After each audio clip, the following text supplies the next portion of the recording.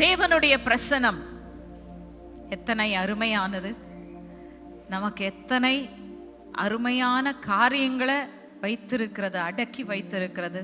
அந்த பிரசனத்துக்குள்ள வரும்போது அதை சுமக்கும் பொழுது அதனாலே நமக்கு உண்டாக்கும் பல பல பலன்களை நாம் பார்த்து வருகிறோம். ஹல்லேலூயா. மாயைகள் அகற்றப்படும் அப்படின்னு கடந்த வாரம் பார்த்தோம். நம்ம வாழ்க்கையில மாயான வெற்றியை தடுக்கிற எல்லா காரியங்களையும் தேவன் அகற்றி போட்டு நம்மை மேன்மைகளை காண செய்வார், வெற்றிகளை காண செய்வார்னு சொல்லி நாம் பார்த்தோம். இன்றைக்கு நாம் 8வது காரியத்துக்குள்ள வரோம். என்ன காரியம் அப்படின்னு சொல்லி பார்த்தீங்கன்னா, வாசிக்கலாம். உபாகமத்தின் புஸ்தகம் 2ஆம் அதிகாரம் 25ஆம் வசனம். Deuteronomy chapter 2 verse 25. வானத்தின் கீழ் எங்குமுள்ள ஜனங்கள் உன்னாலே திகிலும் பயமும் அடையும்படி செய்ய இன்று நான் தொடங்குவேன். அவர்கள் உன் கீர்த்தியை கேட்டு உன் நிமித்தம் நடுங்கி வேதனைப்படுவார்கள் என்றார். ஓகே, தேவனுடைய பிரசனம் இருக்கிற இடத்துல உங்களை குறித்ததான பயம் ஜனங்களுக்கு உண்டாகுமாம். எங்க தேவனுடைய பிரசனம் போட்டிருக்காங்க, போடவே இல்லையே அப்படின்னு சொல்லி கேட்காதீங்க. உபாகமம் 2ஆம் அதிகாரம் 7ஆம் வசனம் ரொம்ப தெளிவா நமக்கு இதுதான் காரணம் என்று சொல்கிறது. Deuteronomy chapter 2 verse 7. உன் தேவனாகிய கர்த்தர் உன் கை கிரியைகளில் எல்லாம் உன்னை ஆசீர்வதித்து வருகிறார். இந்த பெரிய வனாந்திர வழியாய் நீ நடந்து வருகிறதை அறிவார். இந்த 40 வருஷமும் உன் தேவனாகிய கர்த்தர் உன்னோட இருந்தார், உனக்கு ஒன்றும் குறைவுபடவில்லை என்று சொல் என்றார். ஓகே, இப்போ ரொம்ப தெளிவா சொல்றாரு. இந்த 40 வருஷங்கள் என்ன செய்தார்? எகிப்திலிருந்து உங்களை விடுவித்த தேவன், உங்களை வனாந்திரத்துக்குள் கொண்டு வந்த கர்த்தர் என்ன செய்தாராம்? உங்களை குறைவில்லாமல் இந்த வனாந்திரத்துல நடத்தி கொண்டே வருகிறார். ஹல்லேலூயா. நீங்க இந்த வனாந்திர வழியாய் நடந்து வரும் பொழுது ஒரு நன்மை உங்களுக்கு குறைபடாம இருந்தது மட்டுமல்ல, நான் என்ன செய்ய போறேன்? உங்களை சுற்றில இருக்கிற ஜனங்கள் ஜாதிகள் மீது உங்களை குறித்த பயத்தை நான் போட போறேன். ஆண்டவர் உங்களுக்கு சொல்ற வாக்குத்தத்தத்தை நம்ம பார்க்கிறோம். It's beautiful. It's a beautiful promise that where the presence of God is, people will fear us. ஆனால் இன்னைக்கு உண்மையை சொல்ல போனால் கம்ப்ளீட்டாக மாறுதல தான் இருக்கு இல்லையா? கிறிஸ்தவர்கள் தான் எல்லாரையும் பார்த்து பயப்படுறோம். ஐயோ, அவன் இதை செஞ்சிருவான், இவன் ஆட்சிக்கு வந்தால் என்ன பண்ணிடுவான்னு தெரியல, நமக்கு சத்துருக்கள் போய் பிரசங்கம் பண்ண அடிச்சிருவான், நொறுக்கிடும். எங்க பார்த்தாலும் பொல்லாதவர்களை குறித்து பயம், எல்லார குறித்தும் பயம். ஆனால் வசனம் என்னங்க சொல்லுது? வசனம் என்ன சொல்லுது? தேவ பிரசனம் உங்க மேல இருந்தா நீங்க மற்றவங்களை பார்த்து பயப்படக்கூடாது, அவங்க தான் உங்களை பார்த்து தேவ பிரசனத்தை நிமித்தமாக பயப்பட வேண்டியவர்களா இருக்கிறார்கள். ஹல்லேலூயா. The presence of God should bring the fear of God on people's lives. அவங்க தேவ பிரசனத்தை சுமக்கிற உங்களுக்கும் பயப்படணும், நம் தேவனாகிய கர்த்தருக்கும் பயப்படணும். ஹல்லேலூயா. நமக்கு பயப்படுறது பெரிய விஷயம் இல்லை, ஆனா நமக்கு பயப்படுகிறது எதனால? நாம் பெரிய ஆளுன்றதுனால இல்ல, எனக்கு புயபலம் இருக்கு சுயபலம் இருக்குன்றதுனால இல்ல, என் தேவனாகிய கர்த்தரின் நிமித்தமாக, நான் சுமக்கிற தேவனுடைய நாமத்தின் நிமித்தமாக ஜனங்கள் எனக்கு பயப்படணும். ஹல்லேலூயா. சரி, இது நடக்குமா? எப்படி நடக்கும் அப்படின்னு கேட்டா, இது தேவனுடைய வாக்குத்தத்தம். ஹல்லேலூயா. இஸ்ரவேல் ஜனங்களுக்கு சொல்றாரு. நான் எப்பவுமே சொல்றது உண்டு, இஸ்ரவேல் ஜனங்கள் மத்தியில உடன்படிக்கை பெட்டி இருந்தது. அந்த உடன்படிக்கை பெட்டியின் மேலதான் தேவ பிரசனம் இருந்தது. அங்க வெளியில இருந்த தேவ பிரசனமே இவ்வளோ கிரியை செய்யணும்னா, இன்னைக்கு உடன்படிக்கை பெட்டியாகிய கிறிஸ்துவை நீங்கள் உங்களுக்குள் சுமக்கிறீர்கள்.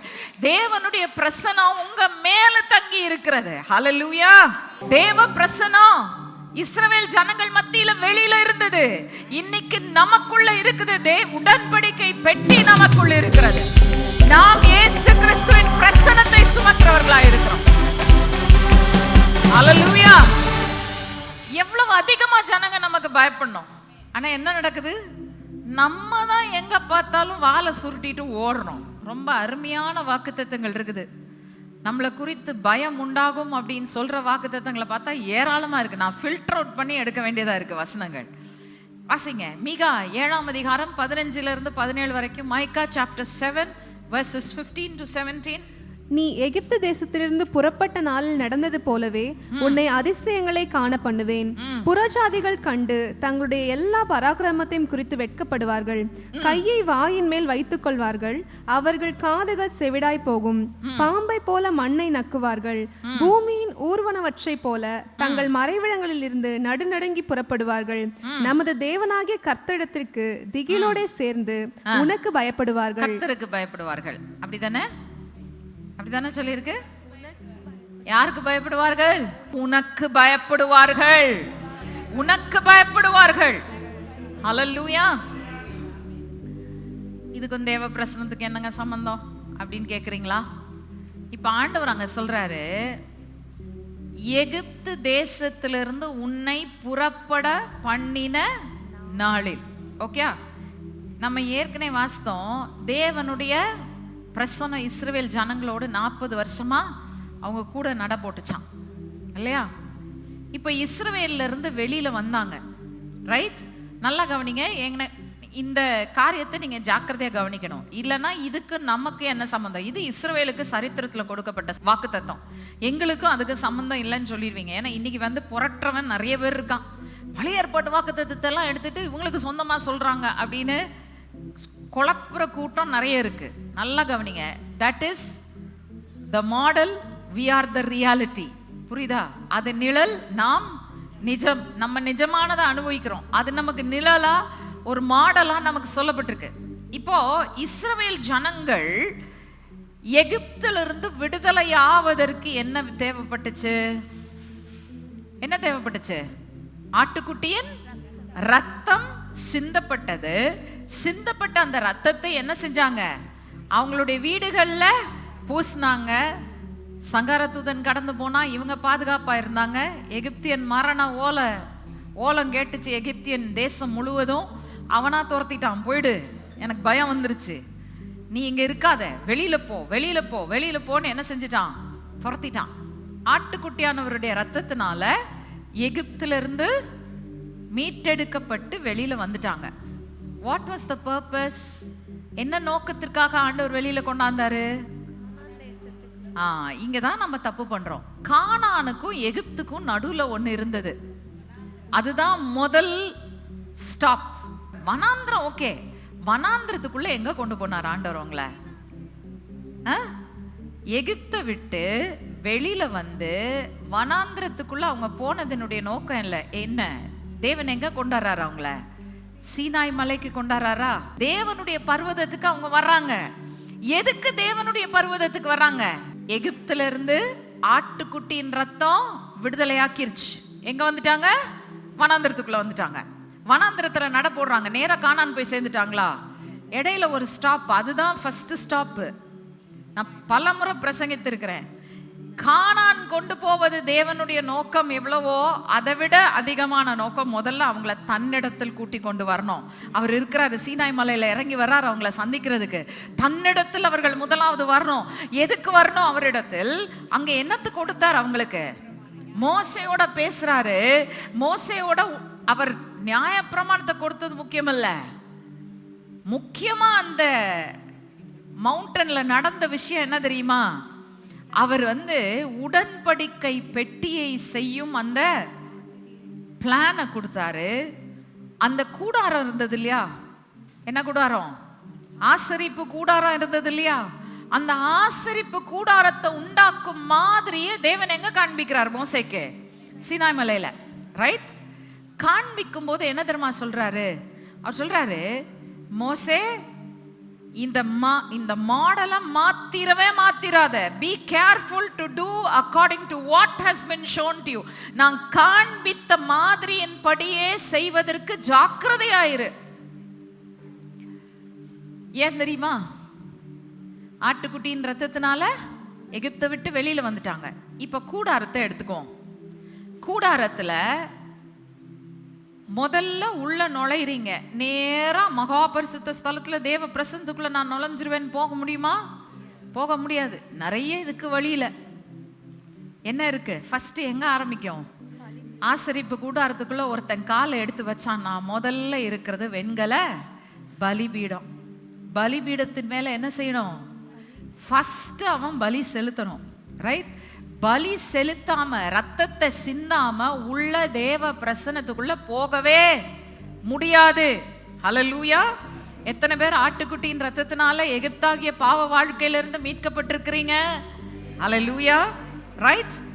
எகிப்துல இருந்து விடுதலை ஆனது ஆட்டுக்குட்டியின் ரத்தத்தினால.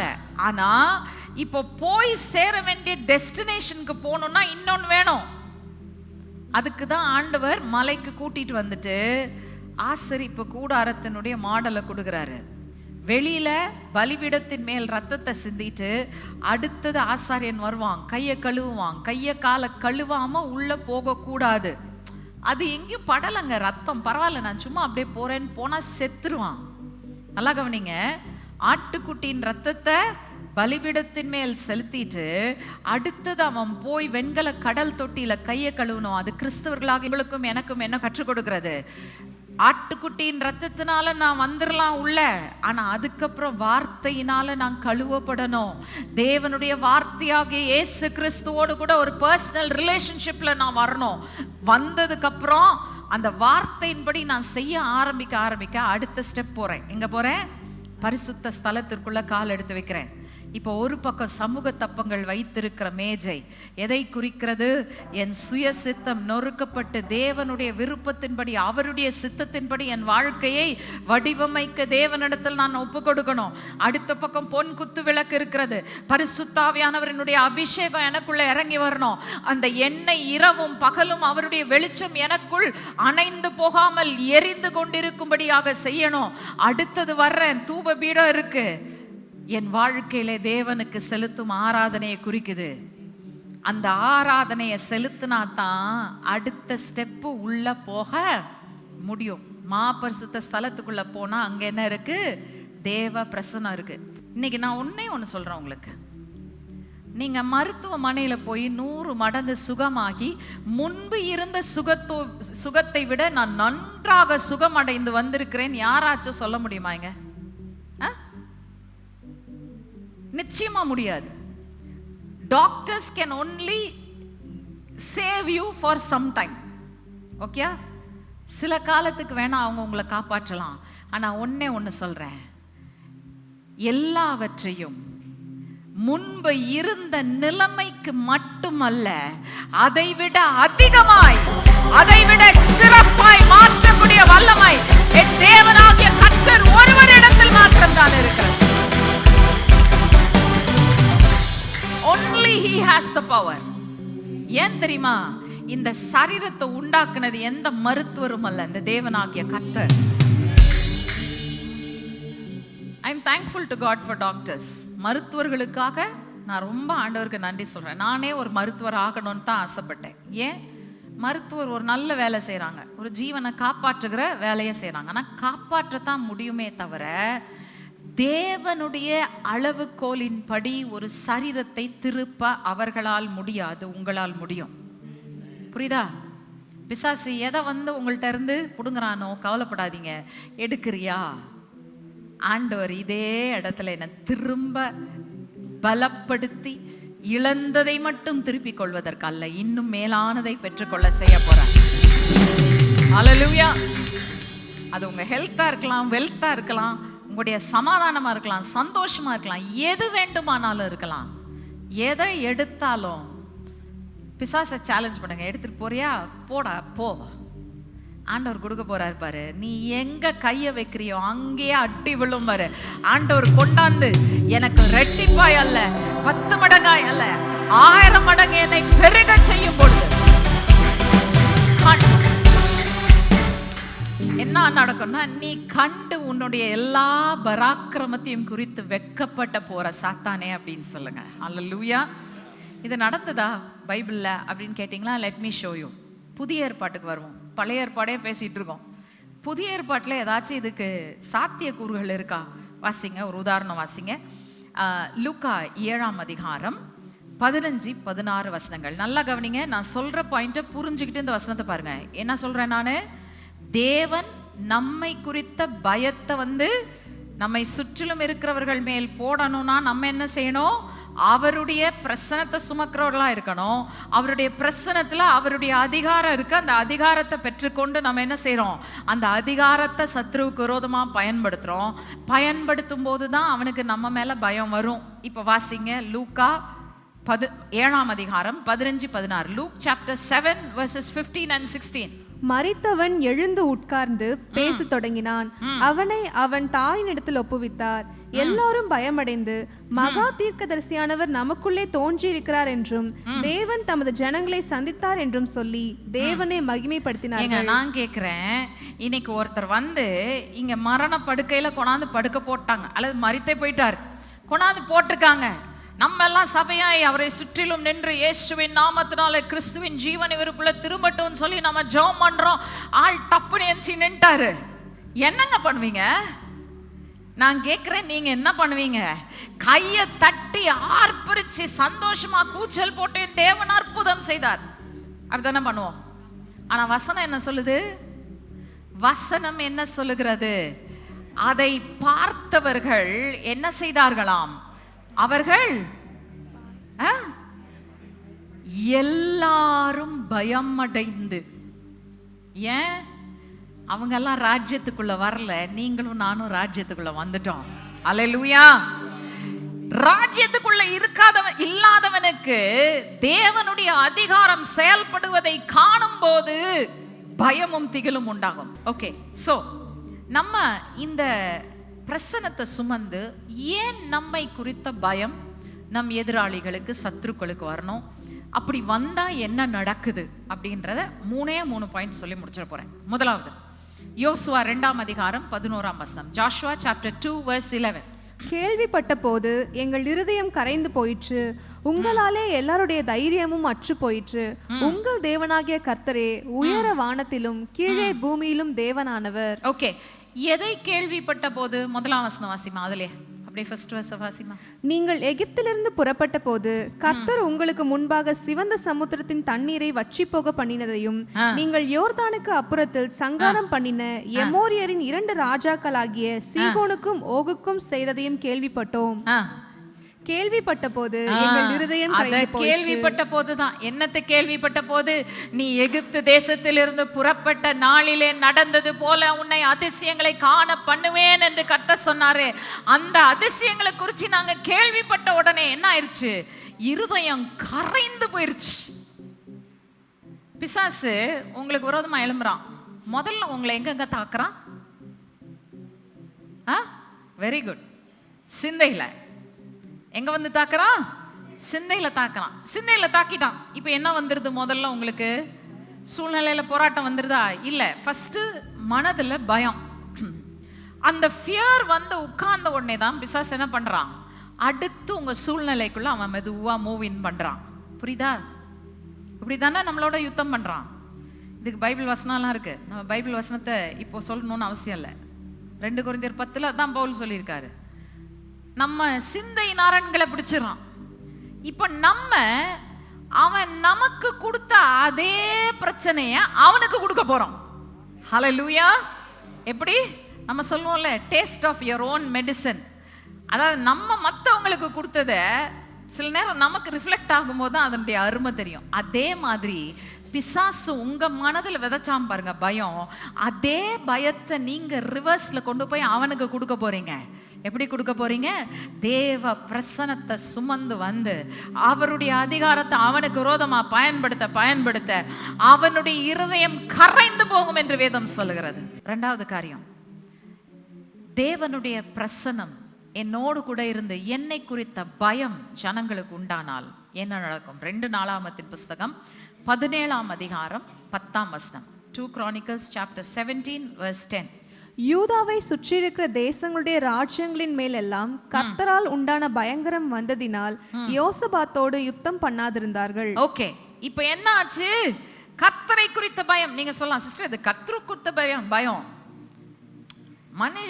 யோசபாத்தை குறித்து யாருக்குமே பயம் இல்லையே. நல்லா கவனிங்க. கர்த்தரை குறித்த பயம் அப்படின்னா என்ன அர்த்தம்? கர்த்தர்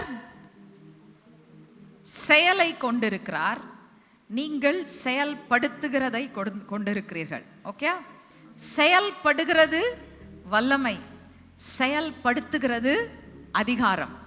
ஆண்டவர் அதிகாரத்தை உடையவராய் இருந்தார்.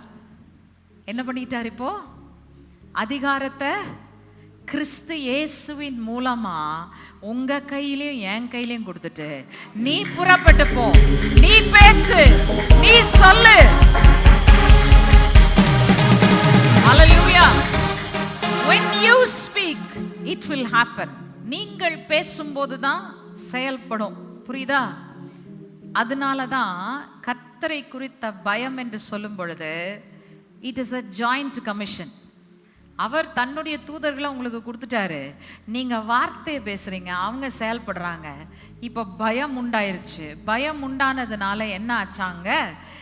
எவனும் எழுந்திருச்சு யோசபாத்தோடு யுத்தம் செய்ய துணியலன்னு சொல்லி வசனம் சொல்லுது.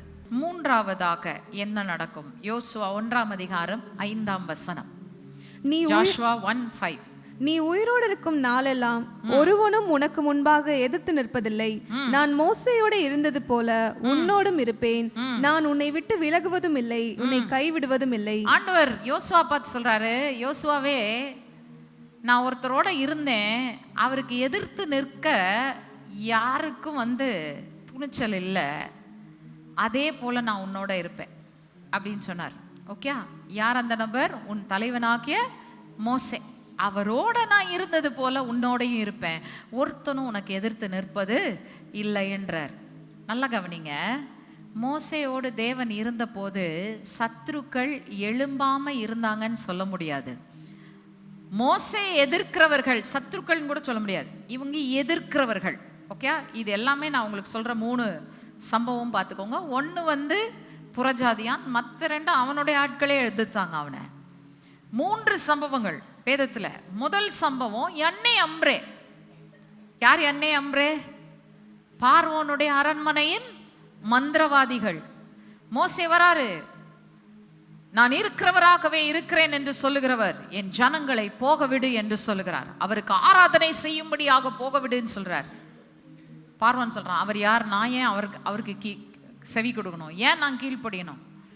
சரி, நான் கோலை கீழே போட்டு காட்டுறேன், அவர் யார், அவருடைய வல்லமை என்னதுன்றதை காண்பிக்கிறேன் அப்படின்னு சொல்லி மோசே கீழே போடுறாரு. கோல் பாம்பா மாறிச்சு. உடனே யன்னே அம்ரே வந்துட்டானுங்க. இது என்ன பெரிய விஷயமா?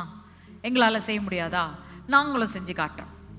செஞ்சு காட்டினா, ஆனால் தேவ பிரசனம் எங்கே இருக்கும்? அங்கே தான் அதிகாரம் இருக்கு, மற்றவன்ட்ட வல்லமை தான் இருக்கு.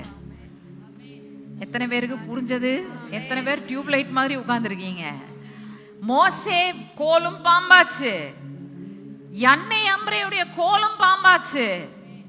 ஆனா மோசேன் கோல் தேவனுடைய கோல், தேவனுடைய பிரசனம் மோசேயோட இருக்கு. யன்னே அம்ரேயுடைய கோலை முற்றிலுமா முழுங்கிட்டு வந்துருச்சு. இப்ப அவன் கையில 1 இல்லை, இவன் கையில 3 மடங்கு பெரிய கோல் இருக்கு. அல்லேலூயா. ஒரு அடி வச்சா போதும், போயிடும். அதிகாரத்தை பயன்படுத்தத்தான் பெருகும். நான் பலமுறை சொல்லியிருக்கேன், தயவு செய்து புரிஞ்சுக்கோங்க. உங்க அதிகாரத்துல நீங்க பெருக பெருக உங்களை குறித்த பயம் பிசாசுக்கும் அவனுடைய கூட்டத்திற்கும் அதிகமாகி கொண்டே போகும். அல்லேலூயா.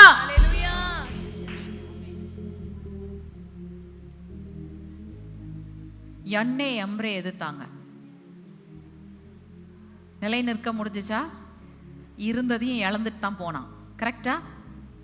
அடுத்தது ஆரோனும் மிரியாமும் எதிர்த்தாங்க மோசேய. சொந்த குடும்பம். ஆண்டவரே சொல்லியிருக்காரு, உன் வீட்டாரை தவிர சத்ருக்கள் வேற யாரும் உனக்கு இல்லப்பா, உன் வீட்டார் தான்பா உனக்கு சத்ரு. அதனால என்ன ஆச்சு? ஆரோனும் மிரியாமுமே எதிர்த்தாங்க. அவங்க எதிர்த்த காரியம் என்ன தெரியுமா? அவங்க சொல்றாங்க, என்ன மோசே பெரிய ஒழுங்கா, இந்த ஆள் அந்நிய பெண்களை விவாகம் பண்ண வேணான்னு எங்களுக்கு சொல்றாரு, இவர் பொண்டாட்டி மட்டும் என்ன ஜாதியா? என்ன ஜாதி?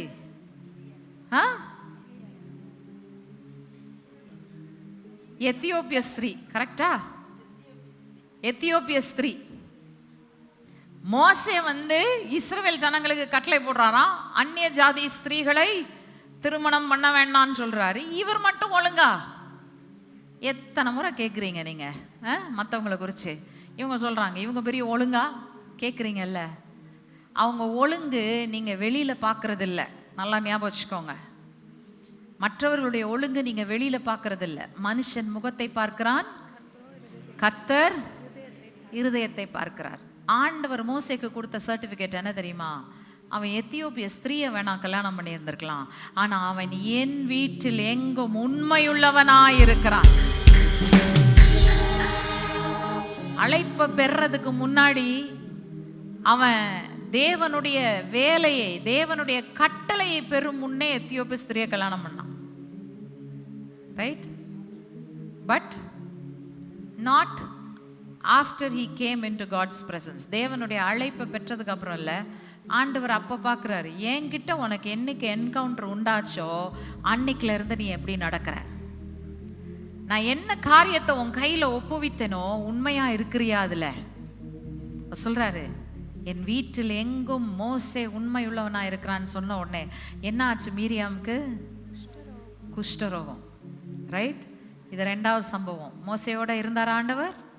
என்னை அம்ரே எதிர்த்தாங்க, மோசையோட இருந்தாரா ஆண்டவர்? மந்திரவாதி எதிர்த்தாலும் சரி, குடும்பம் எதிர்த்தாலும் சரி, அடுத்தது தேசமே எதிர்த்தாலும் சரி. 3வது சம்பவம் நமக்கு தெரியும். கோராக், தாத்தான், அபிராம் 3 பேரும் வந்து மோசே மிஞ்சி போகிறார், தன்னை உயர்த்தி கொள்ளுகிறார். இவர் என்ன பெரிய ஆளா, நம்ம எங்க மேல எல்லாம் தலைவரா தன்னை உயர்த்தி கொள்றதுக்கு? எல்லாருக்கும் தான் ஈக்குவல் ரைட்ஸ் இருக்கு, இவர் மட்டும் என்ன தன்னை உயர்த்தி கொள்றது? இன்னைக்கு உலகத்துல அதிகமா கேட்கிற ஒரு சத்தம் இதுதான். எஸ்பெஷலி ஊழியத்தை பொறுத்து கேட்குற சத்தம் இதுதான்.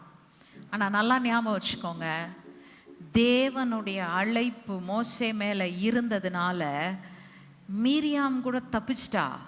மீரியாமுக்கு குஷ்டரோகம் வந்துச்சு, பாளையத்துக்கு வெளியில் கொண்டு போய் வச்சாங்க. கர்த்தர் மோசே ஜெபிச்ச உடனே சுகமாக்கி உள்ளே கொண்டாந்துட்டாரு. ஆனால் தாத்தான், கோராக, அபிராம், அவன் சம்பவத்தை யோசித்து பாருங்க. பரிதாபமா ஒரு குற்றமும் செய்யாத அவன் பெண் ஜாதிகளும் அவன் பிள்ளைகளும் அவனோடு கூட அக்கினிக்கு இரையாக்கப்பட்டார்கள். Think about it. யோசித்து பாருங்க.